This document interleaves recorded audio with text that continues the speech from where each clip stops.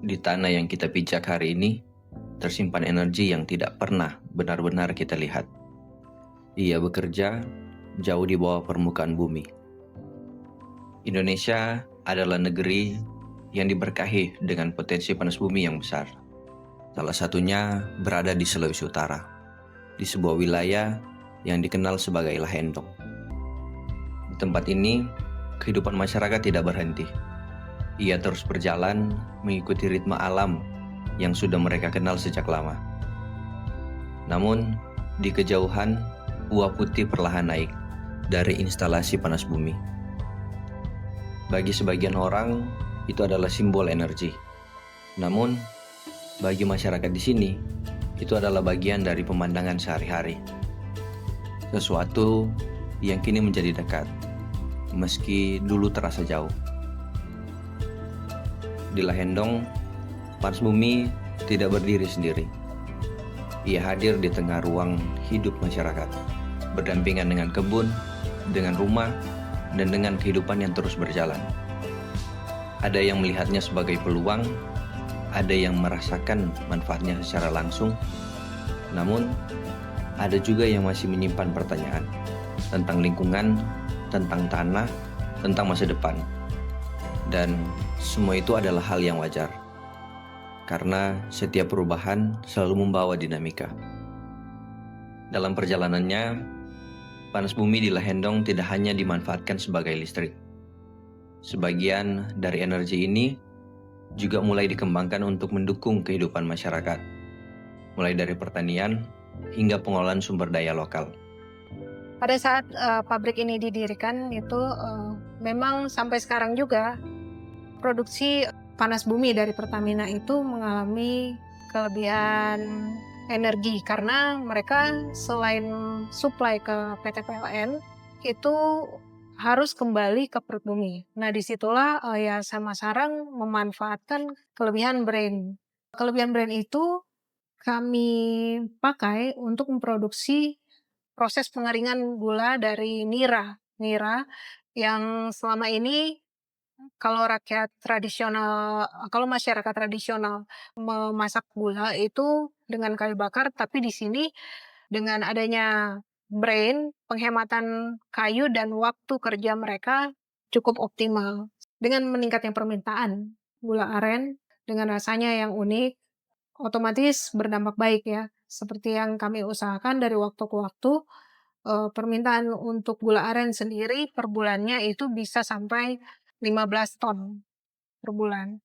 Itu pun bagian dari awal ya, karena kami juga cenderung memenuhi permintaan itu dari waktu ke waktu secara meningkat ya permintaannya. Bahkan, material hasil samping dari proses panas bumi dimanfaatkan untuk mendukung pertanian, seperti penggunaan silika untuk meningkatkan kualitas tanaman. Upaya ini menunjukkan satu hal penting, bahwa energi tidak hanya diambil tetapi juga bisa dikembalikan dalam bentuk manfaat nyata. Kalau dari pupuk itu, orang coba deh waktu itu dari sini waktu itu. Waktu pernah ada panen itu dari Pertamina datang panen, itu sudah coba itu sebelum. Masih ada campuran lagi. Kemarin yang paling banyak waktu itu udah taruh ke trili dulu, karena mau coba dulu toh. Nah, ternyata berdampak besar. Batang jadi besar. Ya untuk pertama kali biasa untuk menanam toh. Itu jadi orang bongkar lahan dulu. Dia gembur tanah. Terus itu ditaruh pupuk kandang gitu yang ayam. Taruh itu. Gitu diolah lagi pakai mesin, dikasih gembur lagi. Itu dikasih diam selama sekitar 2-3 hari. Gitu, biar dia ada yang mungkin yang pupuk itu biar dia dingin, karena kan kalau pupuk ternak itu biasa kan ada hangat loh, panas gitu. Jadi kasih biar 2-3 hari, baru disiram, baru orang tanam. Ini sudah pakai pupuk ternak, jadi ini sudah langsung ke trili. Ya. Ini sudah kelihatan, ini baru sekitar 3 minggu asal. Dapat lihat sehat sekali. Waktu itu kan TGE datang periksa greenhouse bahwa bunga ini kan mau pakai di float. Jadi waktu dia datang ya periksa bunga ya lumayan bagus. Jadi ke DP berikut lagi dapat bantuan kan. Kalau DP harga jual itu kalau turun di greenhouse itu kan masuk di kios-kios itu nyendak lari dari 3.500. Kalau ini kan kalau rupa kios kan kalau dia mau datang ambil daripada greenhouse kan dia lihat oh bagus semua bagus ya dia itu no. Lalu pernah no dari pertanian itu mau kirim ke Singapura. Kalau kirim kalau rupa irian, Ternate sudah ada no. Melalui berbagai program pemberdayaan, masyarakat mulai dilibatkan dalam proses yang lebih luas.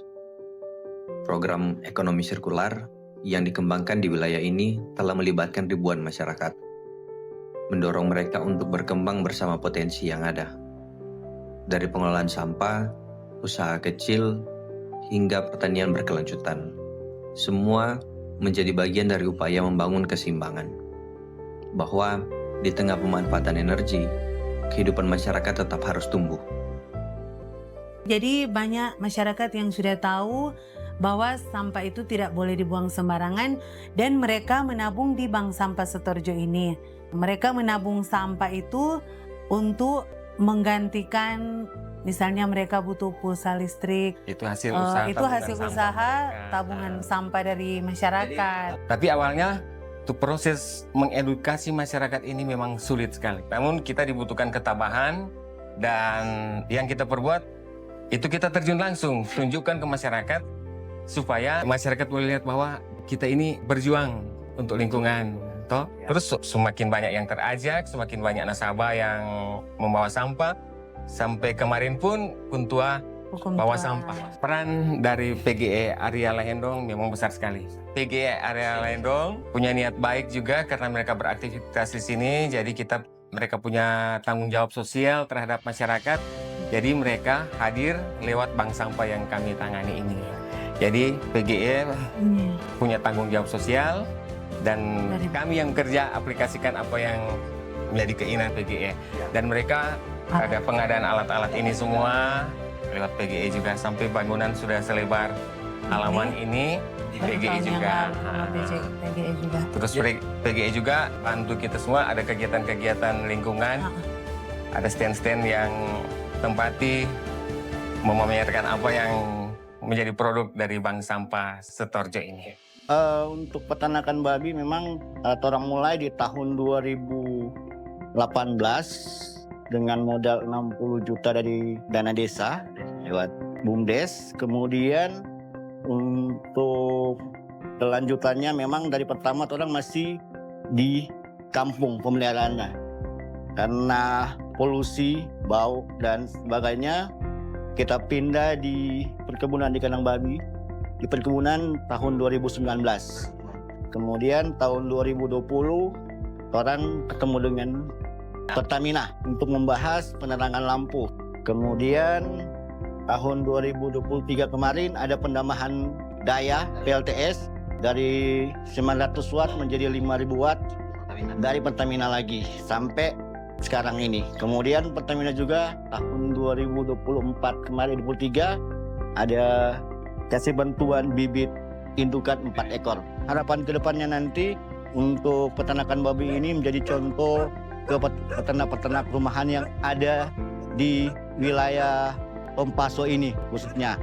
Kemudian kedepannya nanti untuk PG Pertamina mungkin kami meminta ada pelatihan-pelatihan tentang manajemen untuk peternakan babi, pengolahan sampah, pengolahan limbah, kotoran, kemudian pengolahan pakan nutrisi yang lebih bagus lagi agar nanti kedepannya untuk peternakan babi hasilnya lebih meningkat lagi.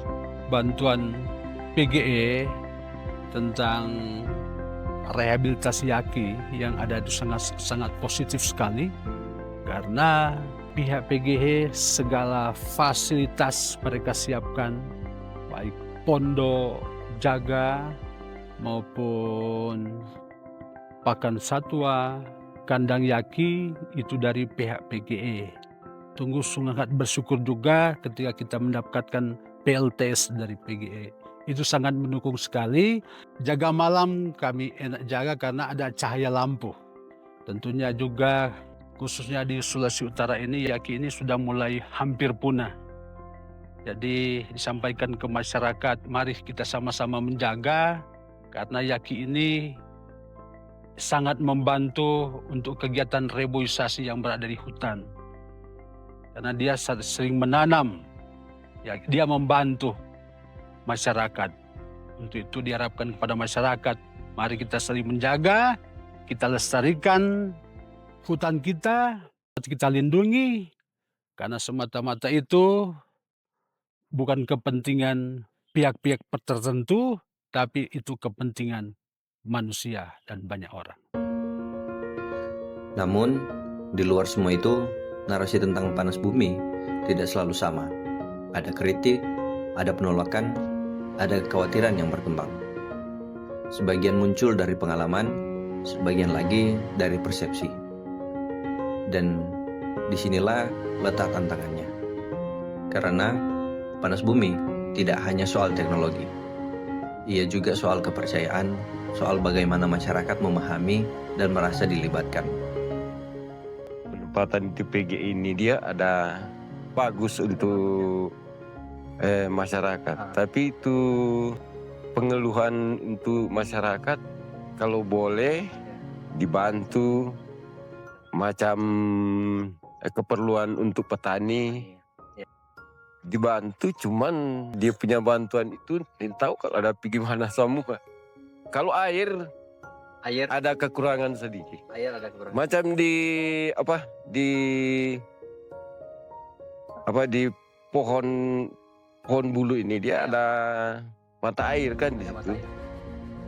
Tak berhenti begitu tuh ini karena pengaruh tuh dari panas bumi. Tanggapan saya ya bagus, buka lapangan kerja buat masyarakat, dan akses jalan arah ke kebun sudah bagus, tapi sebagian yang lain belum bagus. Ya dampak itu ya tuh gas itu, H2S kalau ya keluar ya dampak itu, terutama pada manusia, hewan, juga tanaman. Bagaimana ya cari solusi, maka itu namanya racun keluar toh, nggak bisa diprediksi kalau kapan.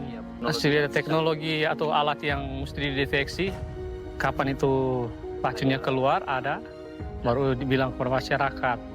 Kalau dia racun keluar ya dia dampak tanaman kena, pohon-pohon juga kena mati. Ya terdampak Pertamina mesti ganti rugi. Atau tuh dorong mau bilang uji coba itu mau uji coba sumur bor itu bunyinya keras. Sampai itu hari udah dampak, udah keluar data keluar di area di dalam lokasi tuh. Di balik semua dinamika tersebut, ada sistem besar yang terus bekerja, jauh di bawah permukaan bumi. Fluida panas diangkat melalui sumur produksi, dimanfaatkan untuk menghasilkan listrik, lalu dikembalikan ke dalam bumi melalui sumur injeksi. Sebuah siklus yang dirancang untuk menjaga keseimbangan. Berbagai parameter dipantau secara terus-menerus, tekanan, temperatur, hingga potensi emisi.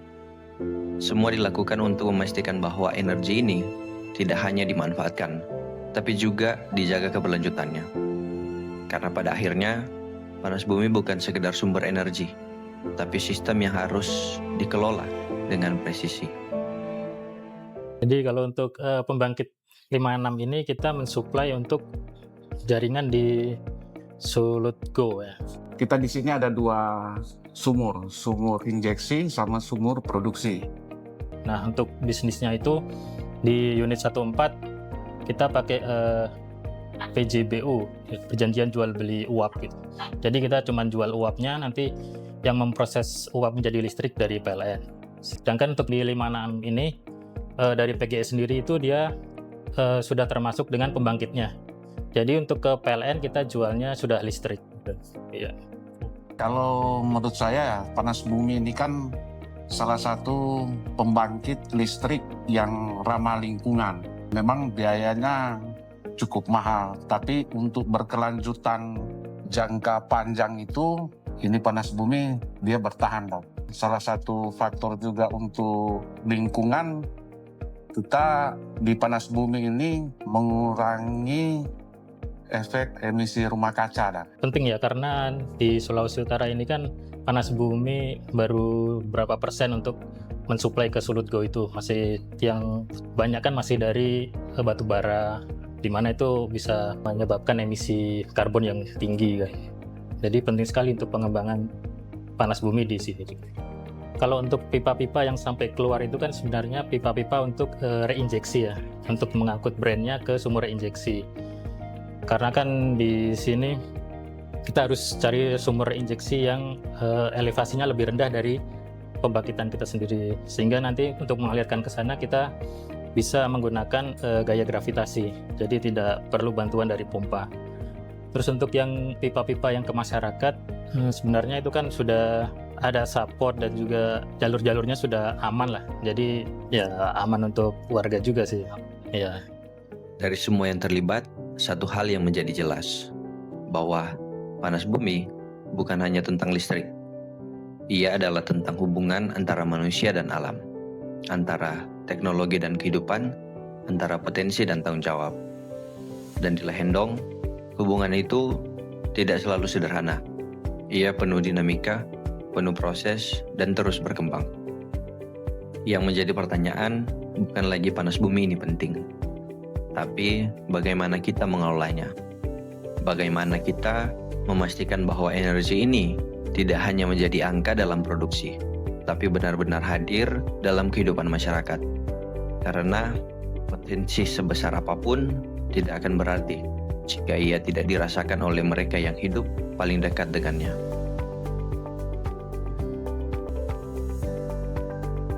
Di Lehendong, saya melihat langsung bagaimana masyarakat hidup berdampingan dengan aktivitas panas bumi. Di sini kita tidak hanya berbicara tentang energi, tapi juga tentang kehidupan.